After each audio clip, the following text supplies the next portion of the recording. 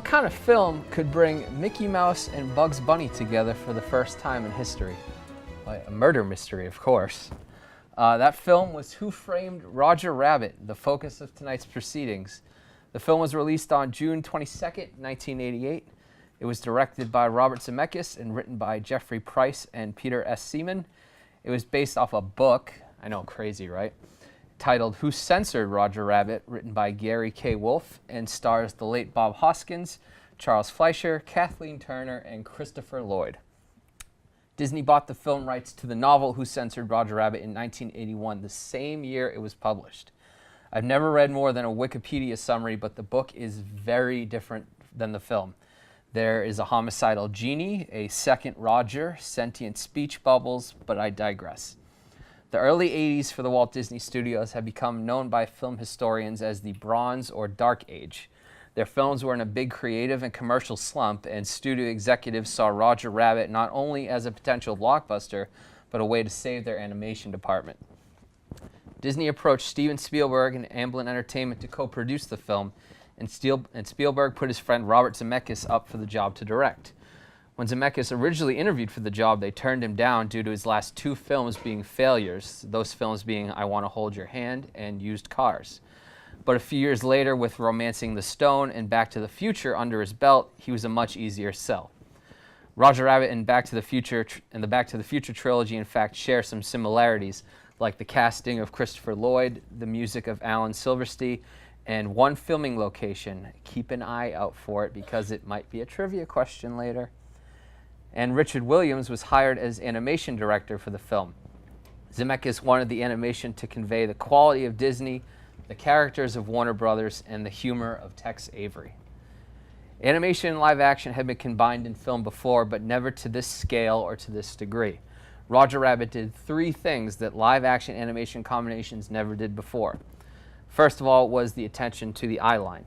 You can watch some animation shots and say Mary Poppins and notice Julie Andrews' eyes never really meet the eyes of the animated characters.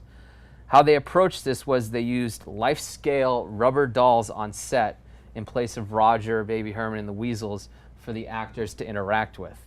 So they would do one take with these dolls and then one take without them, so the actors now had a guide for where to look. Of course, this method wasn't foolproof, so at times the animators had to get a little crafty.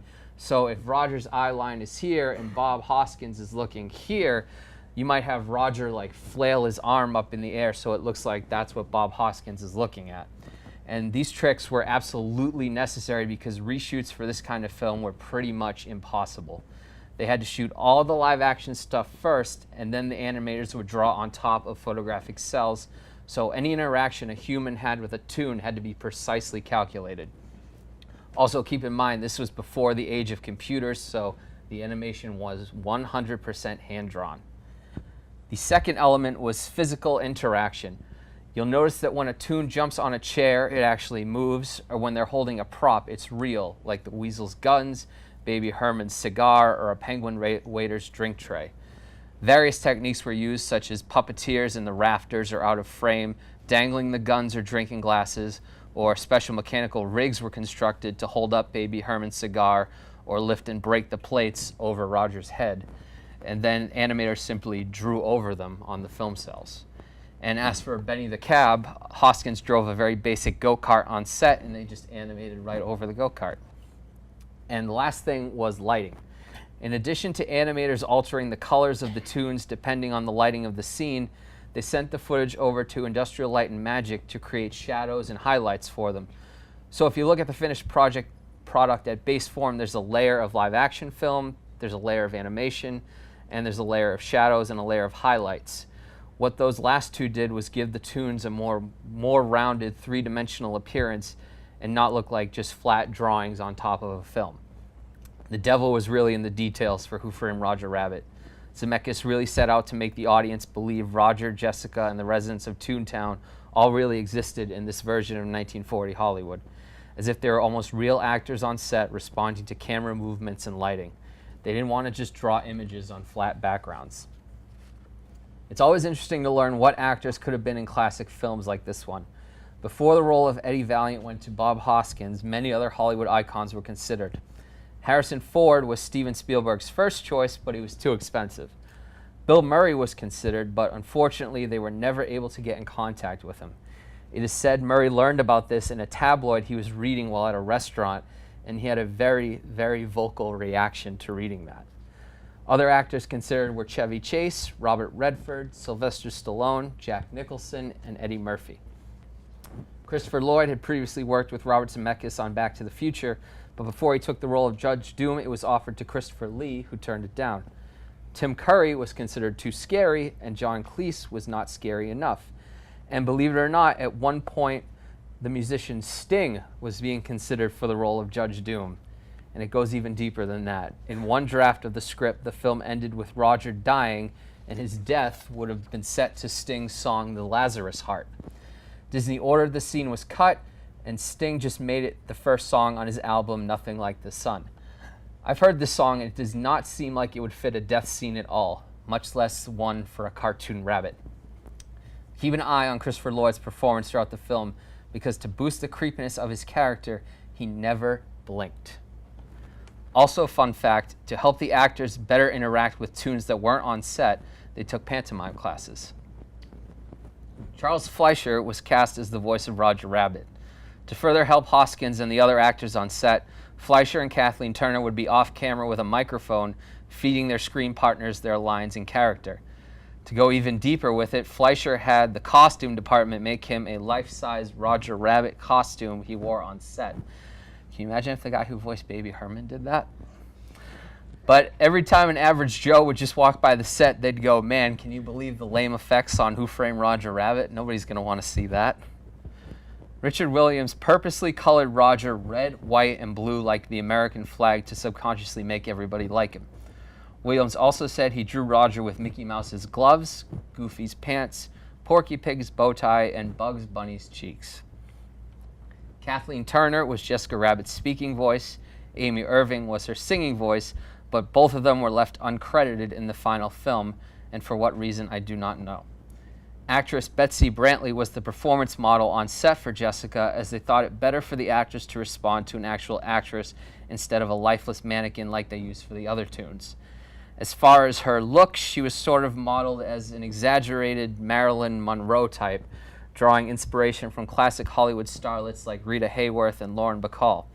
In one version of the script, she was actually the secret villain revealed in the third act, as was Baby Herman in another draft, just for reference. Several popular cartoon characters appear throughout the film, not just from Disney and Warner Brothers, but Betty Boop, Woody Woodpecker, Droopy Dog, and many more. Spielberg played a big part in getting these various studios to allow their characters in the film. They couldn't get everyone, though. They were unable to secure the rights for Tom and Jerry, Popeye, and Casper the Friendly Ghost, among others. Warner Brothers also had caveats for the use of their characters, and they had to share equal amounts of screen time with Disney characters, which is why Mickey and Bugs share a scene, as well as Donald and Daffy Duck. Regardless of all these characters from various studios, only Disney and Amblin were involved in the production.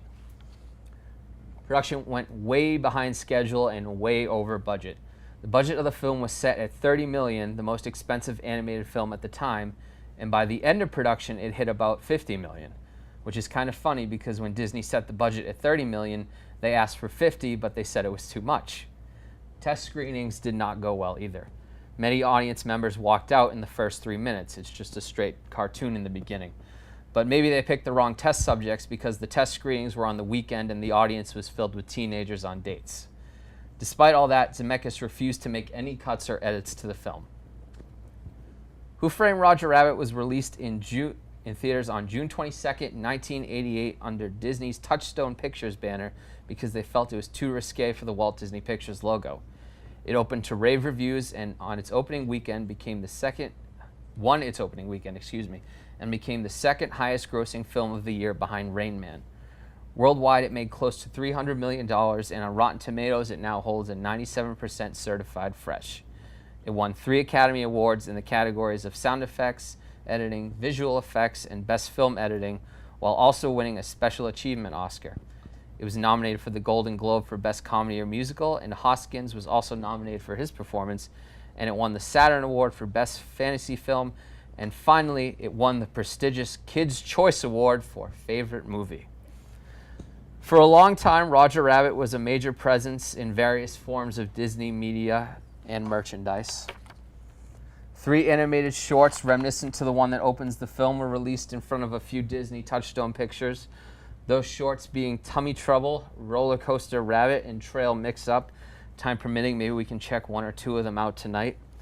The film inspired the Toontown locations in Disney parks where Mickey Mouse and friends reside. A dark ride called Roger Rabbit's Cartoon Spin is still open in Disneyland today, and for many years Roger was a character guests could meet, as was Jessica briefly, but they never quite got the look right. Nick, I don't know if you want to show them. Sometimes things don't translate too well from animation to live action. Because Roger was a collaboration between Disney and Spielberg, he made a couple cameos in the show Tiny Toon Adventures.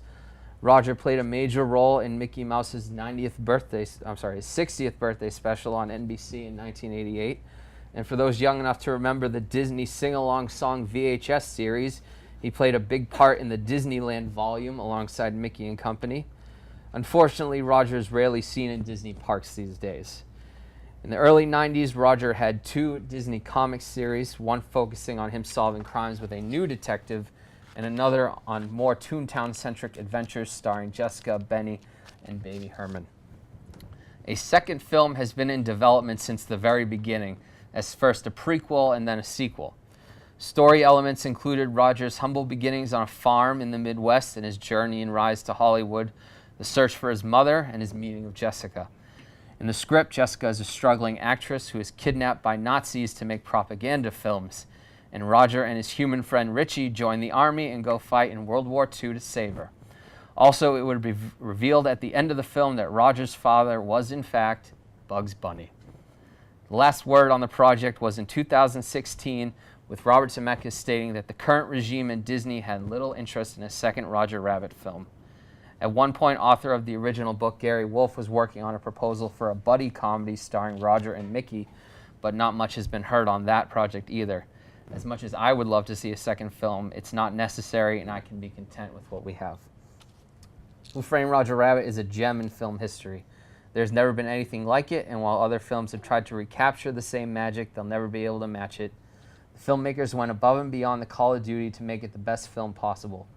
Also, while it is partly animated, it certainly doesn't downplay to younger audiences. It is a very mature film with a story akin to a classic film noir like Chinatown or The Maltese Falcon. The best animated films are the ones that push the boundaries and can be enjoyed by both kids and adults. Roger Rabbit is a testament to that, as it is in fact helped usher a new era of animated films and revitalize the public's interest in them. Disney says it was all started by a mouse, but perhaps it was also revitalized by a rabbit.